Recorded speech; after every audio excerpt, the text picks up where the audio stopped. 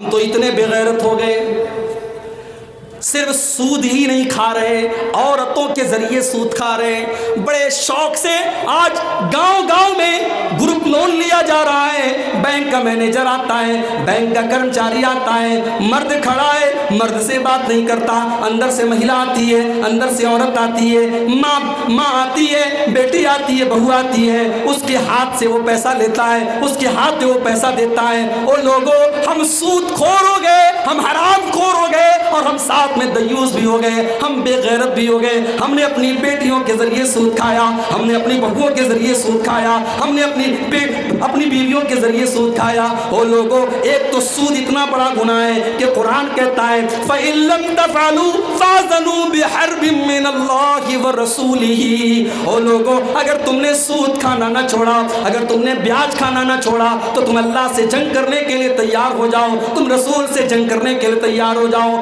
گویا سود کھانا، بیاج کھانا، یہ اللہ کے ساتھ جنگ کرنا ہے، یہ رسول کے ساتھ جنگ کرنا ہے۔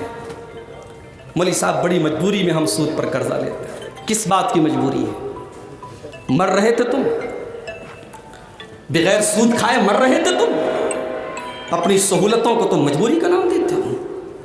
مجبور تھے ہم، تم کوئی مجبور نہیں تھے۔ سود کھانا کسی کی مجبوری نہیں ہے۔ مجبوری اس کو کہتے ہیں کہ آپ بھوک سے مر رہے ہیں، کھانے کی کوئی چیز نہیں مل رہی ہے، سامنے سور کا گوشت پڑا ہے، قرآن کہتا ہے فَمَنِ اسْتُرَّ غَيْرَ بَاغٍ وَلَا عَادٍ فَلَا إِثْمَ عَلَيْهِ۔ جان جا رہی ہے، اگر وہ سور کا گوشت نہیں کھایا تو نہیں بچ سکتے، وہ مردار نہیں کھایا تو نہیں بچ سکتے۔ اسلام کہتا ہے اتنا کھا لو جتنے میں تمہاری جان بچ جائے۔ سود کھانا کوئی مجبوری نہیں، ہم نے مجبوری بنایا ہے میرے بھائی۔ اور یاد رکھو، جب ایک مرتبہ آپ کے گھر میں سود کی لعنت آ گئی، پھر اس کی منحوسیت آپ کے گھر میں ایسی محسوس ہوگی، نہ گھر میں چین ہوگا نہ سکون ہوگا۔ کبھی ماں کی طبیعت خراب، کبھی بہو کی طبیعت خراب، کبھی بیٹے کی طبیعت خراب، کبھی گھر میں نفرت، کبھی گھر میں عداوت، کبھی گھر میں جھگڑا، کبھی گھر میں برکت کی کمی۔ ایک سود اور بیاج اپنے ساتھ ہزار قسم کی خرابیاں لاتا ہے۔ اسی لیے اللہ نے فرمایا یمحق اللہ الربا ویربی الصدقات، اللہ سود کو مٹاتا ہے اور صدقہ اور خیرات کو بڑھاتا ہے۔ ایک تو ہم سود کھا رہے ہیں، اوپر سے عورتوں کے ذریعے۔ مجھے کہنے دیجئے، آپ کے گاؤں میں جلسہ ہوتا ہے، چلو اچھی بات ہے، جلسہ شادی سے بھی بڑا موقع ہوتا ہے۔ داماد کے سسرال کے اگر گاؤں میں جلسہ ہے، داماد اپنی پوری فیملی کے ساتھ سسرال پہنچتا ہے، مہمان نوازی اس کی ہوتی ہے، بہت اچھی بات ہے، یہاں تک تو ٹھیک ہے۔ اب ہو کیا رہا ہے؟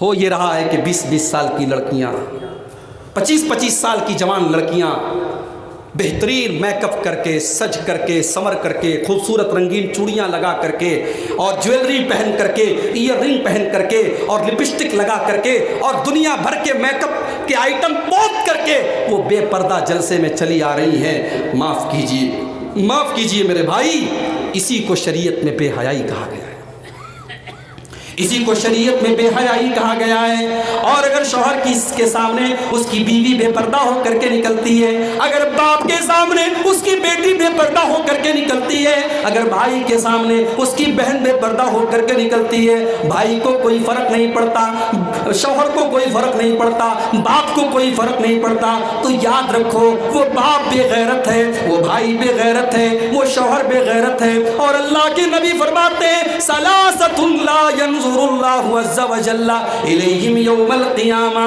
3 لوگ ایسے ہوں گے قیامت کے دن اللہ تعالیٰ ان کی طرف دیکھے گا بھی نہیں، ان سے بات چیت بھی نہیں کرے گا، ان کو پاک اور صاف بھی نہیں کرے گا۔ کون سے 3 لوگ؟ آپ نے فرمایا العاق لوالدیہ، اپنے ماں باپ کو ستانے والا، والمرأة المترجلہ، اور مردوں کا طریقہ اپنانے والی عورت، والدیوس، اور وہ بے غیرت مرد، الذی یقر فی اہلہ الخبث، جس کے پریوار میں بے حیائی کا کام ہو، بدکاری کا کام ہو، اور اس کو کوئی فرق نہ پڑے۔ یہ بے غیرتی ہے، یہ دیوسیت ہے کہ آپ کے گھر میں گروپ لون لیا جا رہا ہے اور آپ کے گھر کی عورتیں بینک کے مینیجر سے اور بینک کے کرمچاری سے باتیں کر رہی ہیں۔ اسلام تو یہاں تک تعلیم دیتا ہے، آپ کے گھر کی عورت پاکڑ مارکیٹ میں جاتی ہے، آپ کے گھر کی عورت ہرنپور کی مارکیٹ میں جاتی ہے، چوڑی کی دکان پر پہنچی، جویلری کی دکان پر پہنچی، اب دکاندار سے بات کرنا ہے، قرآن کہتا ہے فَلَا تَخْضَعْنَ بِالْقَوْلِ فَيَطْمَعَ الَّذِي فِي قَلْبِهِ مَرَضٌ۔ اے مسلمان عورت، جب تو کسی اجنبی مرد سے بات کرے، جب تو کسی پرائے مرد سے بات کرے تو تیرے انداز میں بے لچک نہیں ہونی چاہیے، تیری آواز میں مٹھاس نہیں ہونی چاہیے، تیرے انداز میں کڑک ہونا چاہیے، تیرا انداز کٹھور ہونا چاہیے۔ فَيَطْمَعَ الَّذِي فِي قَلْبِهِ مَرَضٌ، کہیں ایسا نہ ہو دکاندار کے دل میں آپ کے بارے میں غلط خیال پیدا ہو جائے۔ کبھی کبھی ایک رانگ نمبر پر کوئی کال جاتی ہے، اور وہ رانگ نمبر کی کال سے جب ایک عورت پیار اور محبت سے بات کرتی ہے تو وہ زناکاری اور بدکاری پر جا کر کے ختم ہوتی ہے۔ ایک عورت کا کسی پرائے مرد سے مٹھاس کے ساتھ بات کرنا یہ بھی کبھی کبھی بہت بڑے خطرے کا سبب بن جاتا ہے۔ اس لیے اسلام نے یہ تعلیم دی کہ خبردار کسی غیر مرد کے ساتھ لچک کے ساتھ بات نہ کرو۔ شوہر کے ساتھ کبھی اتنی محبت سے بات نہیں کی، شوہر سے ہمیشہ ڈانٹ کے بات کیا، کیا جی تیل نہیں لائے، آٹا نہیں لائے، ہمیشہ غصے میں بات کیا، اور دکان پر جا کر کے بیچاری اتنی میٹھی آواز میں بول رہی جیسے سارا شہد اس کی زبان میں اتر آ جائے۔ یہ غلط ہے میری پیاری ماں اور بہنوں، جو حق آپ کے شوہر کا ہے وہ حق آپ دوسروں کو دے رہی ہیں۔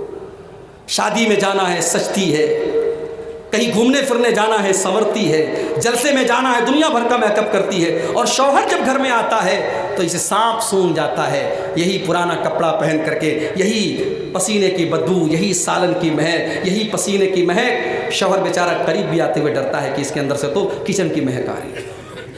اللہ کے نبی سے پوچھا گیا، اے اللہ کے نبی کون سی عورت سب سے بہترین عورت ہے؟ آپ نے فرمایا التی تسرہ اذا نظر، جب شوہر دیکھے تو خوش ہو جائے۔ زمانے کو نہیں خوش کرنا ہے، شوہر کو خوش کرنا ہے۔ اور مسئلہ یاد رکھو، یہ جو ٹائٹ لیگنگ ہمارے یہاں پہنی جاتی ہے، یاد رکھو میری پیاری ماں اور بہنوں، ٹائٹ لیگنگ پہننا جس سے آپ کے جسم کا بالکل پیر کا پورا شیپ نظر آ رہی ہے اور پیچھے سے عورت کی پوری کمر نظر آ رہی ہے، ایسی لیگنگ پہننا عورت کے لیے جائز نہیں ہے۔ آپ کا پائجامہ ڈھیلا ہونا چاہیے، لیکن ہاں شوہر کے لیے عورت بند کمرے میں کچھ بھی پہن سکتی ہے، شوہر اور بیوی کے درمیان کوئی پردہ نہیں۔ شریعت یہ کہتی ہے بیوی اپنے شوہر کو جس طریقے سے بھی رجا سکتی ہے، آکرشت کر سکتی ہے، اٹریکٹ کر سکتی ہے، کھینچ سکتی ہے، اس کے لیے جائز ہے۔ شریعت نے کوئی پابندی نہیں لگائی ہے، کوئی لمٹ نہیں لگائی ہے۔ خوشبو لگا کر کے باہر نکلے گی تو اللہ کے نبی کہتے ہیں بدچلن ہے، شوہر کے لیے خوشبو لگائے گی ثواب ملے گا۔ یہاں تک اللہ کے نبی نے فرمایا، یہاں تک آپ نے فرمایا کہ اگر کوئی مرد اپنی بیوی کو کھلاتا اور پلاتا ہے تو اس پر مرد کو ثواب ملے گا۔ یاد رکھو، آپ مدرسے میں چندہ دے رہے بہت اچھی بات ہے، مسجدوں میں چندہ دے رہے بہت اچھی بات ہے، لیکن گھر میں بیوی بچوں پر جو خرچ کرتے ہیں اس پر بھی آپ کو ثواب ملے گا۔ اللہ کے نبی فرماتے ہیں اِنَّكَ لَن تُنْفِقَ نَفَقَةً تَبْتَغِي بِهَا أَجْرًا عِندَ اللَّهِ، اللہ کی رضا کے لیے جو تم خرچ کرو گے اس پر تمہیں ثواب ملے گا۔ حَتَّى اللُّقْمَةَ الَّتِي تَضَعُهَا فِي امْرَأَتِكَ، یہاں تک کہ اپنی بیوی کے منہ میں تم جو لقمہ ڈالو گے اس پر بھی تم کو ثواب ملے گا۔ تو بیوی بچوں کا خیال رکھو، وہ بھی ان کا حق ہے، اور بیوی کو یہ چاہیے کہ شوہر کو خوش کرے۔ وَتُطِيعُهُ إِذَا أَمَرَ، اور بہترین عورت کی نشانی یہ ہے کہ شوہر کوئی بات کہے تو مانے۔ اور تیسری نشانی وَلَا تُخَالِفُهُ فِي نَفْسِهَا وَمَالِهِ بِمَا يَكْرَهُ، اور شوہر کے مال کی حفاظت کرے اور اپنی آبرو کی حفاظت کرے۔ شوہر کا ATM کارڈ ہاتھ میں لگ گیا، اب شاپنگ پر شاپنگ کر رہے ہیں، شوہر کا پرس ہاتھ میں لگے، اب پیسہ جتنا من چل رہا ہے نکال، نہیں۔ ہاں اگر شوہر بیوی کی بچوں کی ضرورت کا بھی پیسہ نہ دے تو اس کے پرس میں سے آپ پیسہ اپنی ضرورت بھر نکال سکتی ہے۔ اب مجھے نہیں پتا کہ مرشد بھائی اور بڑھتا اللہ والے دوبارہ بلائیں گے کہ نہیں مولوی صاحب آپ ہماری عورتوں کو چوری کرنا سکھا کے جا رہے ہیں، لیکن چوری کر سکتی ہے اگر شوہر کنجوس ہے۔